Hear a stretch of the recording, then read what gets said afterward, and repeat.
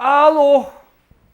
Hoje é dia 24 de maio de 2017.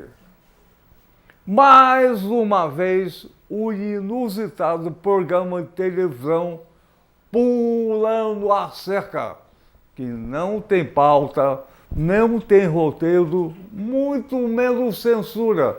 É como a vida.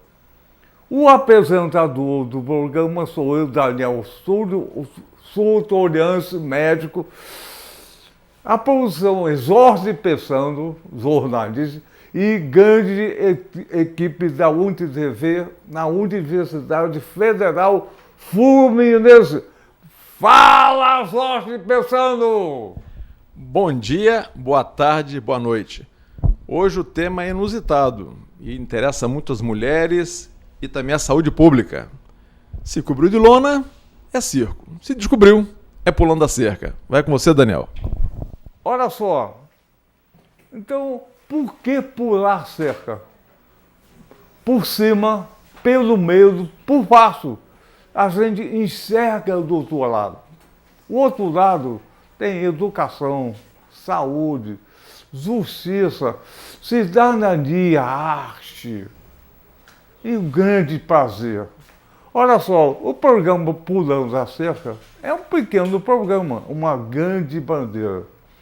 Os nossos convidados, sempre, que há 519 anos vem pulando a cerca. E os nossos convidados representam uma fração importante desse grande Brasil. Olha só, vamos convidar hoje a simpaticíssima, a gostosíssima, a teusudíssima aluna da Faculdade de Desenho Industrial na Universidade Federal Fluminense, Nara Capdeville. Vem pular cerca, Nara Capdeville. Pulou? Pulou. Então, olha só. Bom dia, boa tarde, boa noite, que programa repete. Olá, bom dia, boa tarde, boa noite. A primeira pergunta, você fez xixi? Antes de vir, não. Não? Não. Esqueceu? Não, eu não senti vontade. Não sentiu vontade? Não. Sempre que a gente pula a cerca, tem xixi antes. Então não fez xixi? Não. Oh, que pena. Vai fazendo durante o programa. Olha só. Então, Lara, você nasceu aonde? Eu nasci no Rio, eu nasci no Jardim Botânico, mas eu morei em Laranjeiras a minha vida inteira. E qual é a tua idade? Eu tenho 24 anos. Neném, né? Eu tenho 97, então tá bom. Olha só, e você, como é que foi a tua infância? Foi normal, assim, eu ia à escola, regular, assim, eu ia à escola, eu fazia esporte, coisas assim, eu fazia inglês. Que esporte você fazia? Eu fiz natação desde bebê até, sei lá, uns 12 anos. Aí depois eu fiz vôlei até o ensino médio. Aí depois não tinha mais turma para jovem adulto, aí eu saí. E você nadava como um bebê? Quando eu era bebê, sim. Quando eu era maior, como uma pessoa adulta. Eu sei nadar os 4 modalidades. 4? Uhum. Quais são? Crawl, costas, borboleta e a outra esqueci o nome, mas é aquela de sapo, assim. Qual é? Peito, isso. Peito. Peito é bom. Olha só. E a tua família? Eu moro com os meus pais. Meus avós moram também perto da gente. E somos nós 3 lá em casa. Mas tem prima? Tenho. Mas a gente não é tão próximo, a gente não se vê sempre. Só em datas, assim, Natal, aniversário de aposentadoria do meu tio, coisas assim. Então, você brincava de médico na escola, com os amigos? Não, eu nunca brinquei de médico. Quando eu era criança, eu queria ser escritora. a questão da área de saúde foi uma coisa... É que a minha mãe ela é fisioterapeuta. Aí a questão dos meus projetos de área de saúde, eles foram meio que rolando naturalmente com a faculdade, assim. Então você não brincava de médico? Não, não. Ah, que pena. É. Ó, Mas eu queria ser psicóloga quando eu era pequena. Mas aí eu fiquei com medo de ficar muito triste ouvindo as histórias das pessoas, aí me abalar muito. então brincar de médico é bom, né? Eu brinco até hoje. É bom pra quem gosta, né? Pra quem se sente bem, confortável. É difícil se lidar com saúde. É bom. Zaro, você acha bom brincar de médico? Sempre, filho. Não, mostra o Zaro. Mas é duro lidar com saúde, né? Bem, tô sem microfone, né, Daniel? Pô, tô falando alto aqui. É porque brincar de médico... Olha, dá um tempo, olha, brincar de médico. Fala. Nós estamos falando de duplo sentido. Brincar de médico quando criança, né? Você ia aprender o corpo da amiguinha, a amiguinha aprendeu o seu corpo, aquela pesquisa, né? De jovem, de criança, basicamente, né? E basicamente é disso que o Daniel está falando. Então, olha só, e a tua adolescência? Mesma coisa, assim, eu ia à escola, eu ainda fazia inglês, aí eu mudei de escola, e aí vestibular, que é sempre um saco. Um saco? É. Por quê? Porque é muita competição, né? Na época, eu não conhecia desenho industrial, assim, não é um curso que em geral as pessoas conhecem no ensino médio, só de uns anos pra cá, eu acho, tipo uns 3, 4 anos pra cá. Mas quando eu tava no ensino médio, não se falava de desenho industrial, assim. Era essas escolas clássicas, direito, medicina, engenharia. E eu sabia que eu achava que eu queria trabalhar com casa. Então eu falei, vou fazer ou engenharia civil ou arquitetura. Aí eu não passei para arquitetura. Aí um tio meu que fez um pouco de arquitetura na faculdade foi tomar um café comigo. E aí ele falou assim, os meus amigos que se deram bem na área, eles foram, na verdade, fazer design de móveis. Aí eu pensei, isso então pode ser um trampo. Aí, como eu não passei na faculdade, estava fazendo cursinho, aí abri o vestibular de inverno da PUC, que eles têm desenho industrial lá, design de produto. Aí a minha psicóloga comentou comigo na época, e eu falei, pode ser uma possibilidade, enquanto eu faço o cursinho, experimentar. Aí eu entrei no SISU, aí eu vi que na UF também tinha desenho industrial, e eu vi que a minha nota, eu provavelmente conseguiria entrar. Aí eu falei, vou tentar. Aí eu botei, aí eu nem tinha saído do cursinho até então, mas aí eu só fiz uma semana de curso aqui na UF, gostei e nem fiz o Enem mais daquele ano. Então o desenho industrial entrou em você ou você entrou num desenho industrial? Eu acho que o desenho industrial entrou em mim porque foi uma coisa que só aconteceu. Não foi uma coisa que eu previ. Só aconteceu como? Com isso, meu tio comentou, eu falei, vou experimentar, e aí as coisas foram rolando. Eu entrei, aí eu gostei, e aí eu continuei gostando, porque eu podia não ter gostado dessa saída, né? Como acontece com muita gente. E aí eu fui fazendo projeto, fui indo para evento. E o que você gostou, que deu tesão? Então, eu acho que uma coisa assim muito legal do design é que o design ele tá em todos os lugares. Assim, para essa cadeira que a gente está sentada a ser feita, ela tem um estudo de design. Esse microfone tem um estudo de design, que é a questão da pega na mão e tudo. Então, assim, você tem um espaço de criatividade e de solução de problemas da sociedade real, assim, muito grande. Que, por exemplo, a arquitetura não tem tanto, porque eles são uma coisa mais de prédio, coisa arquitetônica. O design, ele é muito realmente no nosso dia a dia, no nosso tato. Então, assim, isso é uma coisa que eu fiquei maravilhada. E aí, acabou que eu também fui vendo muitas deficiências, assim, que eu via no meu dia a dia, por exemplo, com a coisa da cólica, com a questão da camisinha feminina que não existe. E aí, assim, o design consegue encontrar essas soluções, ou pelo menos soluções apropriadas por um período de tempo. Então, isso que me cativa, assim, é conseguir resolver problemas que são realmente assim, importantes para a sociedade. Então, você está falando que você estudou desenho industrial e tem uma relação com o mundo adulto. Como é que foi? Você cresceu Sim. e o mundo adulto, uma parte do desenho industrial. Tem o infantil, o adolescente, adulto. Por que o mundo adulto foi a tesão que você no desenho industrial? Então, assim, eu já fiz projetos que são relacionados a bebês também. Um projeto foi uma almofada para amamentação. Então é de bebês, mas assim, por acaso, são os problemas que eu mais assim vejo possibilidades para mim de resolverem. Assim, é porque algumas coisas elas são muito do acaso. Tipo, eu precisei fazer um projeto para faculdade. Que projeto que eu vou fazer? Pô, essa ideia.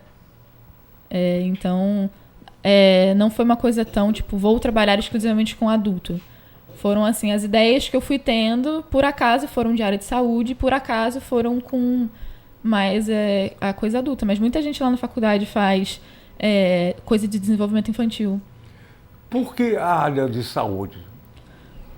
Não sei dizer, eu acho que é porque eu sempre tentei botar uma relevância social nos meus projetos, assim. Então, por acaso, a área da saúde é uma que ainda tem muito espaço para ser explorada. Então, foi meio que por aí que eu caminhei. Eu sempre tento fazer uma militância também, que eu sou feminista. Então, eu sempre tento colocar... Todos os meus projetos foram voltados para mulheres, desde que foram os meus projetos mesmo, que foi a bolsa... que foi a bolsa canguru da cólica, que foi a almofada para amamentação, a camisinha. Calma, vamos conversar com calma. A UF, essa semana, está fazendo a UF na praça. Os eventos de todas as áreas, inclusive o desenho industrial.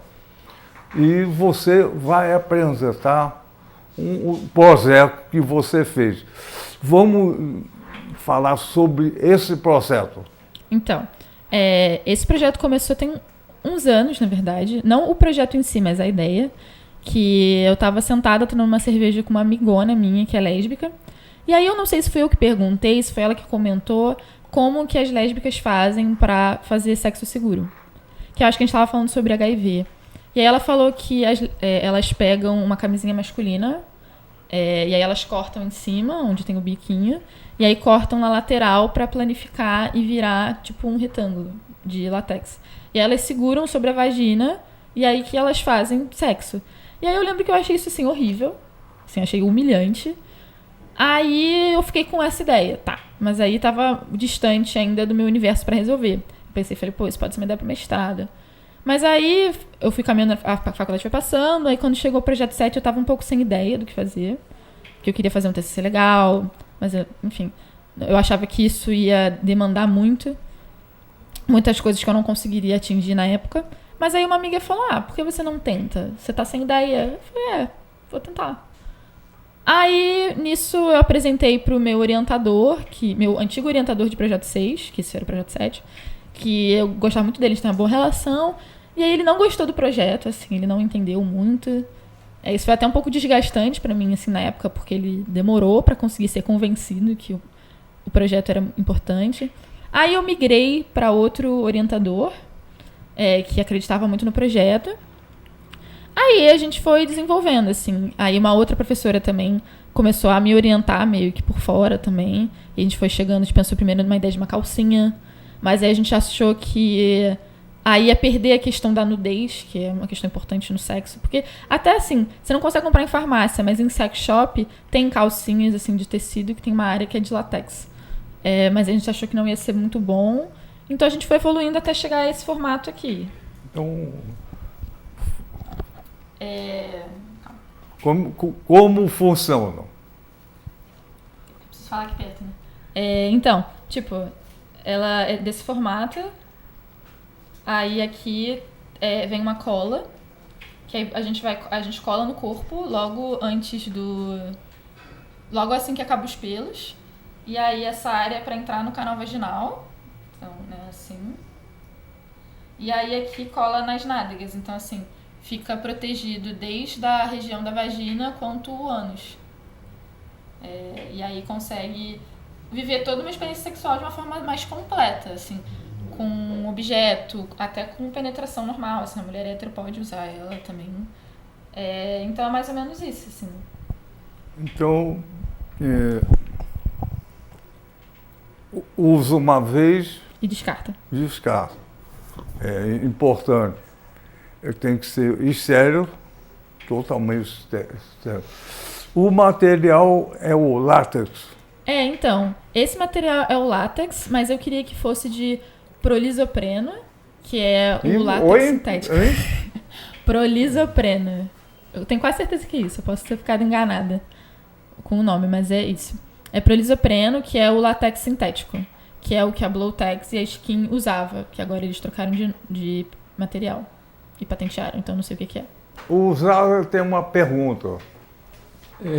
Olha só, você tem a ideia, idealiza, coloca em um contexto, mas a gente sabe que para isso, para ter uma aceitação, você tem que fazer passar por várias etapas.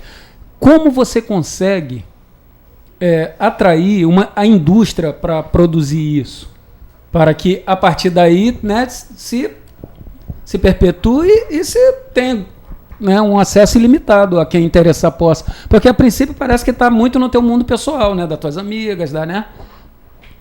Então, assim, essa é uma questão muito delicada, porque o mercado de produtos, especialmente de saúde da mulher, ele é muito invisibilizado. Então, assim, isso é uma coisa que eu abordo e isso que é parte da militância que eu digo que eu engajo com o meu projeto. Porque, aí retomando o projeto anterior, o projeto da cólica é uma bolsa suporte para termoterapia que a gente faz muito com cólica menstrual. E aí, na época que eu pensei em fazer, eu falei, vou fazer um negócio multiuso que dá para usar para um monte de coisa. Aí eu fui ver no mercado. No mercado, você consegue bolsa para termoterapia para qualquer coisa. Para ombro, para cotovelo, para joelho, para lombar. Mas para cólica menstrual, que é um mercado certo, não tem nada. Camisinha masculina, você tem de 1 milhão de tamanhos, 1 milhão de cores, texturas, brilha no escuro. E, tipo, sabe, não é que não existe um mercado. Existe um mercado, porque a população feminina, acho que é mais que 50% até. Então, assim, é porque a gente vive um processo de invisibilização social, sabe? A gente tem menos direitos, praticamente, sabe? A gente é super regulado, nosso corpo é super regulado. Então, assim, uma coisa que eu abordo no meu relatório, no meu TCC, é sobre como praticamente, né, todo produto tem potencial de mercado. Porque o mercado ele é uma coisa que ele é produzida. Na Primeira Guerra Mundial, teve um cara que é o sobrinho do Freud, que é o Bernard, esqueci o sobrenome, não, Edward Bernay, que ele trabalhava já nos Estados Unidos, e aí ele foi da parte de assessoria de imprensa da Primeira Guerra Mundial. E aí foi dali que eles conseguiram transformar o presidente Wilson num grande herói, assim, com a coisa da democracia e tal. E aí, a partir disso, ele percebeu que se você consegue manipular as massas em época de guerra, você também consegue fazer isso em época de paz e fazer isso para vender. Então, nisso, ele começou a transformar o mercado americano em parar de consumir por necessidade e consumir por desejo. Então, por exemplo, nesse processo, ele fez um estudo de colocar as mulheres para fumar, porque existe um tabu muito grande. Então, ele aproveitou um momento ali das sufragistas e pediu para elas fumarem assim, de forma teatral. E assim, isso foi para os jornais do mundo inteiro. E porque aí um outro psicanalista do lugar viu que o cigarro naquele momento simbolizava o falo e por isso toda a força masculina. Então, assim, a questão do mercado, ela é toda de você entender a psicologia da pessoa que vai ter acesso àquilo e você saber como você vai vender para ela. Então, assim, eu sei que essa é uma necessidade, sabe? Porque realmente é um produto que não existe. E essas mulheres, elas precisam fazer sexo, sabe? Porque isso é um direito. A Declaração de Direitos Universais de 48, ela fala que o direito sexual é tão importante quanto o direito à vida. E a ONU também fala coisa do gênero, o Ministério da Saúde. Então, assim, isso é realmente uma necessidade e essas pessoas, elas não têm esse direito garantido por causa de um mercado que exclui a gente, sabe? E também tem outra coisa, que tem uma população significativa no Brasil e no mundo que tem HIV. Aqui no Brasil, eu acho que já passa de 750 mil pessoas. E aí, essas pessoas, a partir disso que são mulheres, elas também têm uma vida sexual muito limitada. Porque, sabe, a gente tem uma forma arcaica de conseguir proteger essas mulheres. Então, assim, isso é errado. Então, assim, infelizmente, isso ainda está no meu universo muito pessoal, mas porque a gente está num retrocesso também, né, de sociedade como um todo. Eu fui com esse projeto, que a UF, inclusive, me ajudou aí, em Amsterdã, para o 22º Congresso Internacional da AIDS, que é produzido pela UNAIDS, que é da ONU. E lá eu conheci um CEO da Lifestyle Condoms, que fez lá uma apresentação. Aí depois eu fui falar com ele, fui mostrar meu slide, que eu tinha até traduzido para o inglês. E aí a primeira coisa, ele me olhou assim e falou, mas por que mulher precisa de camisinha? Então, assim, eu fiquei assim, na hora eu nem soube muito responder, porque assim, o cara, né, ele é CEO de uma empresa de camisinha, ele deveria querer que todo mundo usasse, né? Até pra ele ganhar mais dinheiro, né, enfim. E aí também lá tinha os stands, assim, na convenção com várias empresas e tal.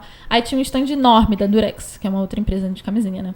Aí eu fui falar com o representante que eu queria um contato, porque eu queria até tentar vender essa camisinha, porque eu queria chegar hoje, aqui no meu projeto final, na apresentação, com realmente um produto realmente feito por empresa, sabe?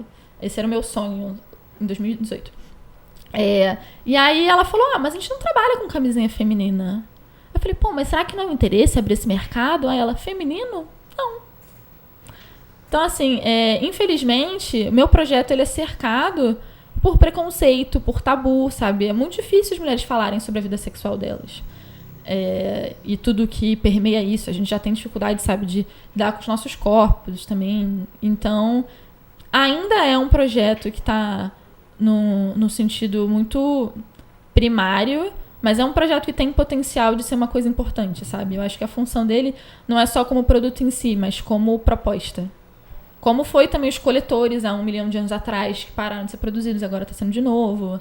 Sabe? A sociedade ainda vai ter, se ninguém acabar com o mundo e explodir e tal, ainda vai ter muito tempo aí, né, pra gente conseguir evoluir, avançar e talvez fazer isso um dia um produto de verdade liberado para público.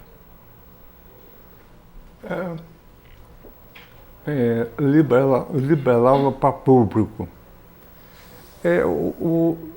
Você tem noção que o mercado é regulado, como o nosso corpo é regulado também.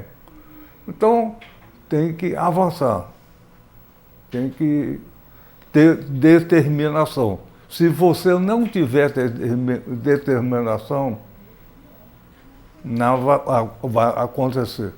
Aliás, todo o avanço que a humanidade teve foi por determinação e sofrimento. Sofrimento, total.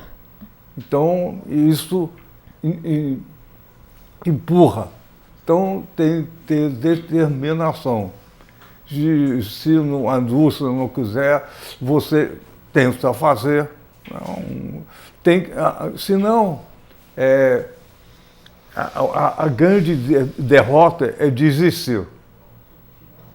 E você tem curso superior, tem inteligência, bom senso, tem que não desistir.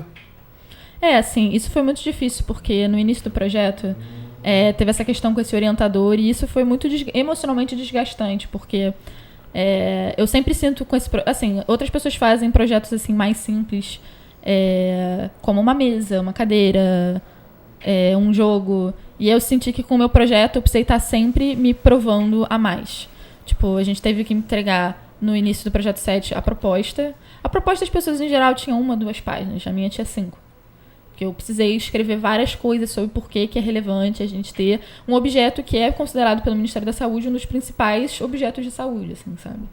E fora, entre isso e choradas no banheiro por frustração de tá tendo que repetir o óbvio e não tá sendo escutada, e tipo, tá precisando avançar com já desenho de alternativa e as pessoas ainda estarem querendo discutir a relevância.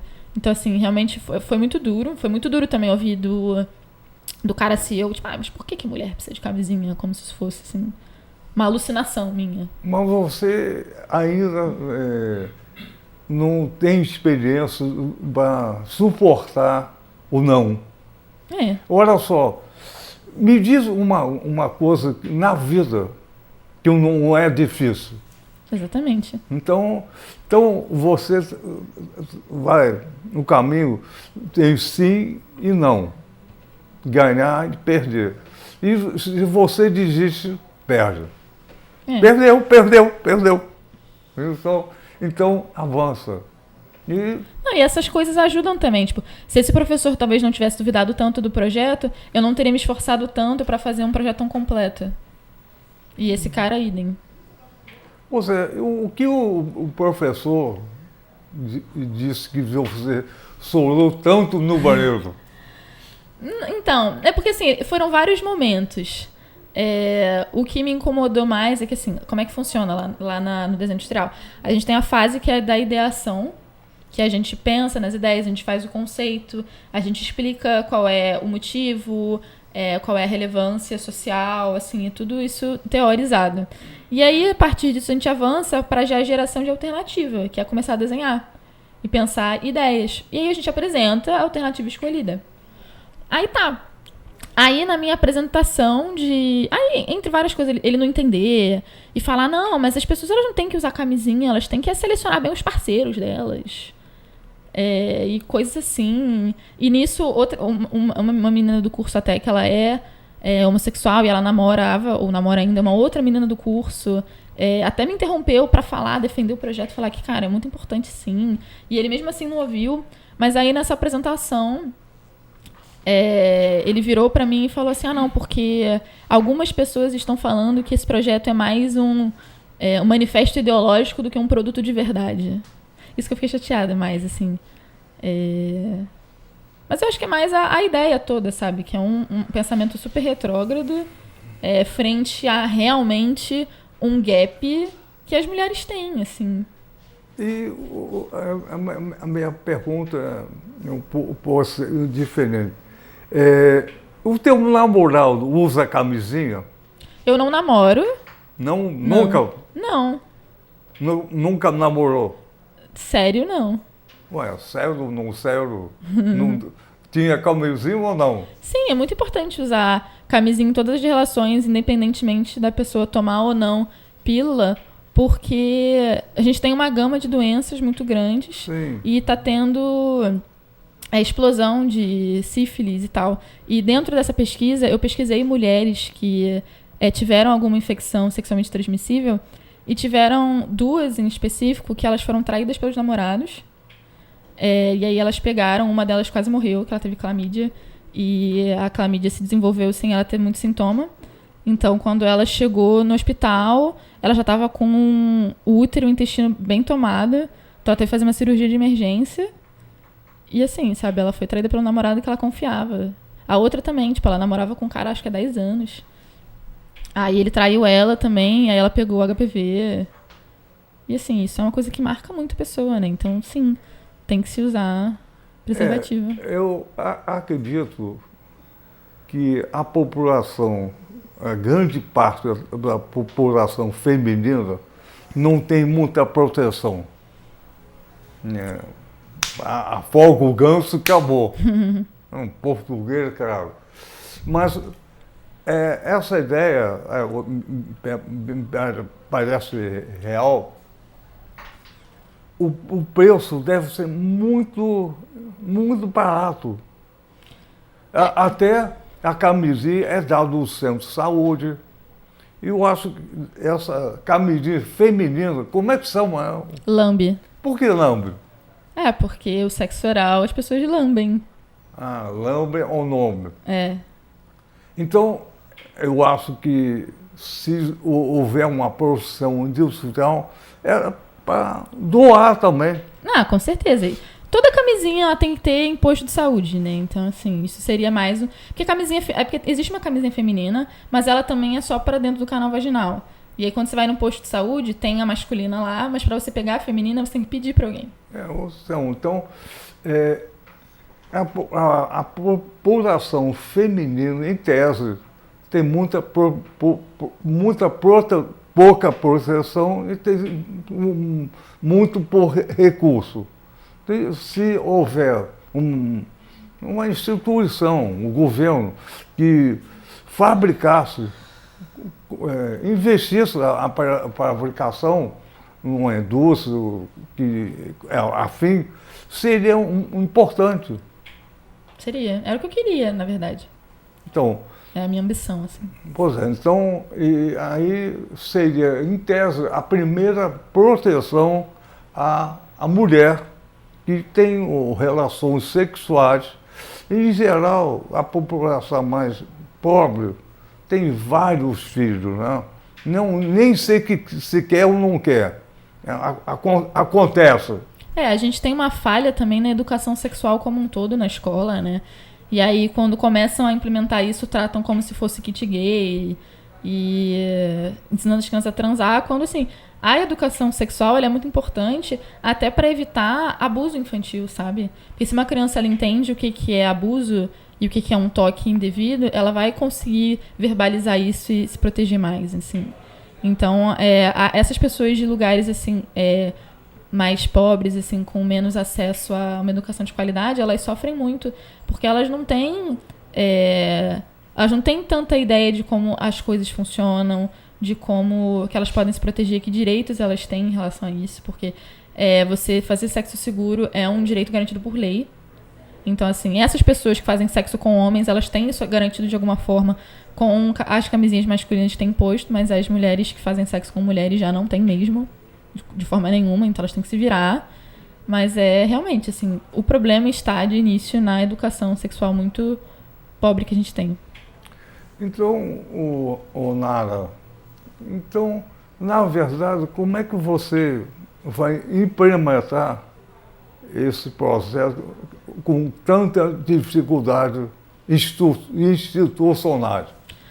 Então, eu vou registrar no INPE ela. Aonde? No INPE. É INPE, né? Instituto Nacional de Propriedade Industrial. Então INPE. Tá certo. No INPE, a televisão... Verdade. No Instituto Nacional de Propriedade Industrial.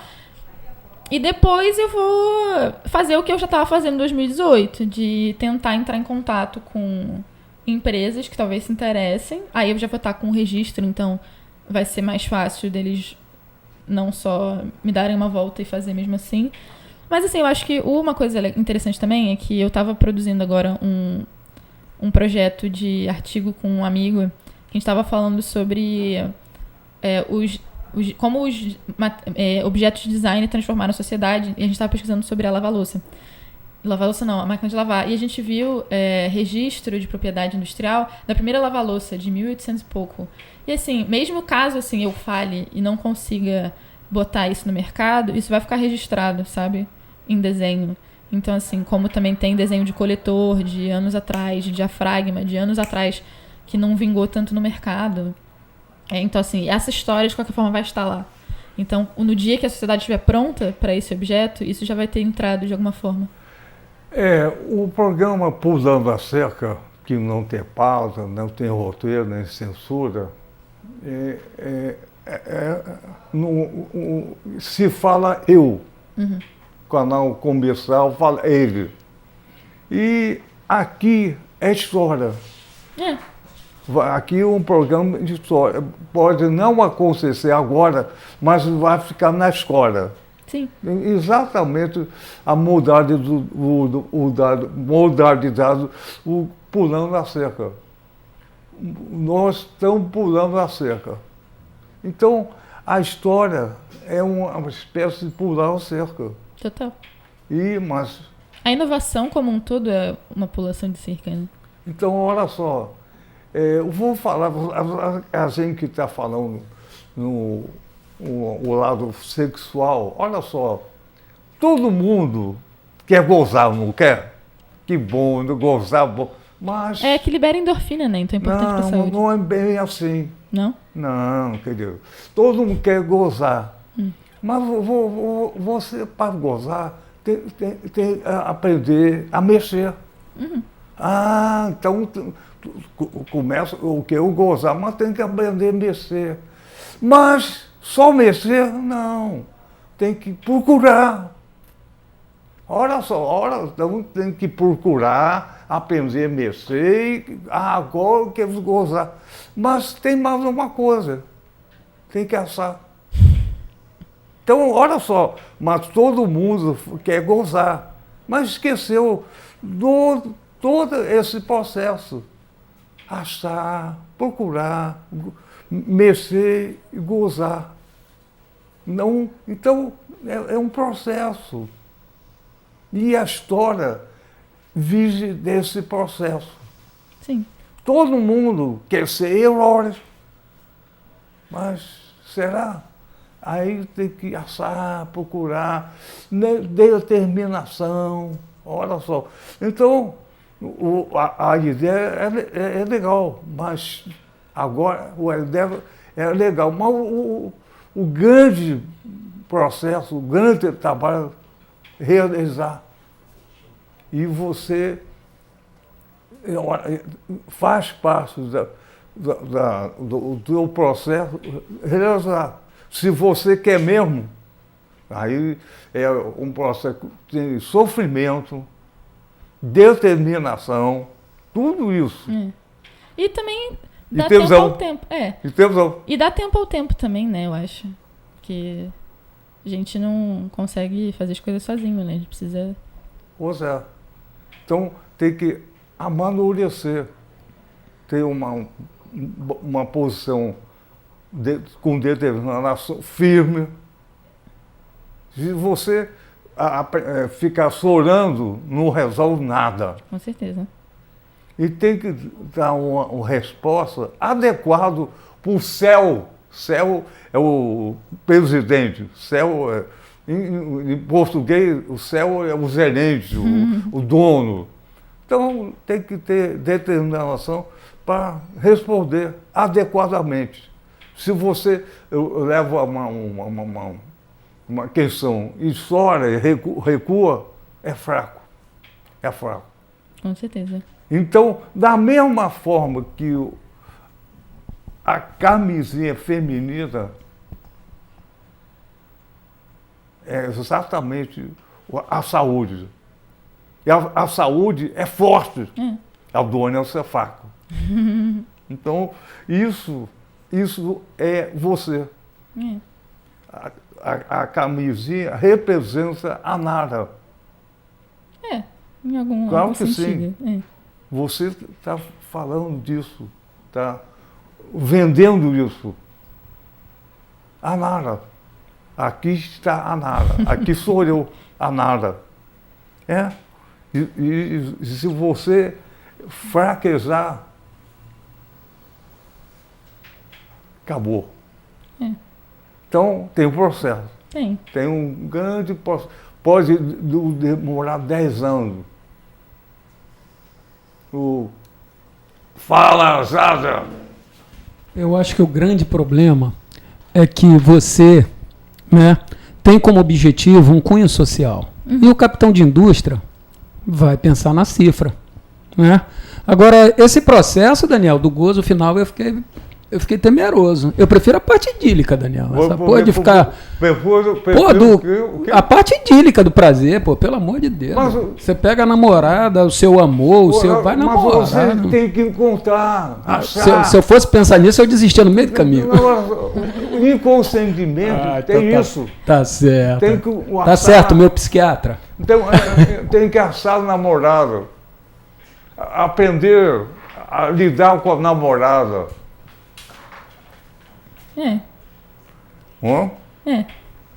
Então, ele falou corretamente. O industrial quer lucro. Sim. O resto é secundário. Mas aí tem aquela coisa, né? Porque o mercado existe, o mercado tá lá, sabe? Então, assim, eles não enxergarem o lucro que eles têm de potencial ali também é uma questão, sabe? Que é deles, assim. E aí, tipo assim, aí tem isso, sabe? Eu posso perseverar, mas se a sociedade não tiver ainda num espaço de aceitar isso e de querer isso, tipo, não tá tão, sabe? Não tem o que fazer. Olha só, mas o industrial é circunstancial. Ele quer agora, investir agora. No futuro, deixa rolar. Então, isso é real. Quando dois industriais ou comerciantes se encontram, eu sempre falo, eu quero pagar menos e receber mais. circunstancial. Mas o teu argumento é tudo. Então, dentro de inovação, a gente estuda que existem tipos de inovações diferentes e cada um tem um tempo de maturação de projeto que é próprio. E aí, por exemplo, essa seria uma inovação que seria mais para radical, que é uma que é cercado de incertezas, que aí pode ser tecnológicas, de mercado. E aí essas são tipos de inovações que levam mais tempo realmente para ficarem em mercado, mas são, em geral, as inovações que têm uma resposta de lucro a longo prazo. Então, assim, as empresas, em geral, elas têm um portfólio de inovações que são mais rápidas e de inovações que demoram mais para conseguirem sair. Então, assim, caso uma empresa fosse fazer esse investimento, seria no sentido de sabendo que seria um investimento a longo prazo de uma inovação radical. Então, olha só, não desista. Procura, acha para gozar no final. Não desista. E vamos lamber muito na camisinha do Alambe. Alambe. Que é a camisinha. A camisinha. Então vamos lamber muito. Ué, Tá certo.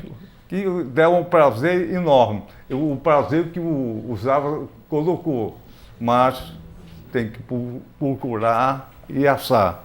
E o teu papel é procurar e assar com determinação, um tesão. Com certeza. A camisa é a questão do tesão. Quanto mais tesão, mais prazer, né? Com certeza. Então, continua a tesão para procurar a camisinha Alambres. Bom, vamos lamber bastante. Olha só, o mundo de prazer é menor que o mundo de ódio, Né? de raiva. Acho que a gente está bem de mundo de ódio. Exatamente.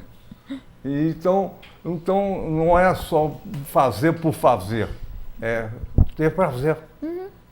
Então... E também ter saúde, né? Saúde, claro.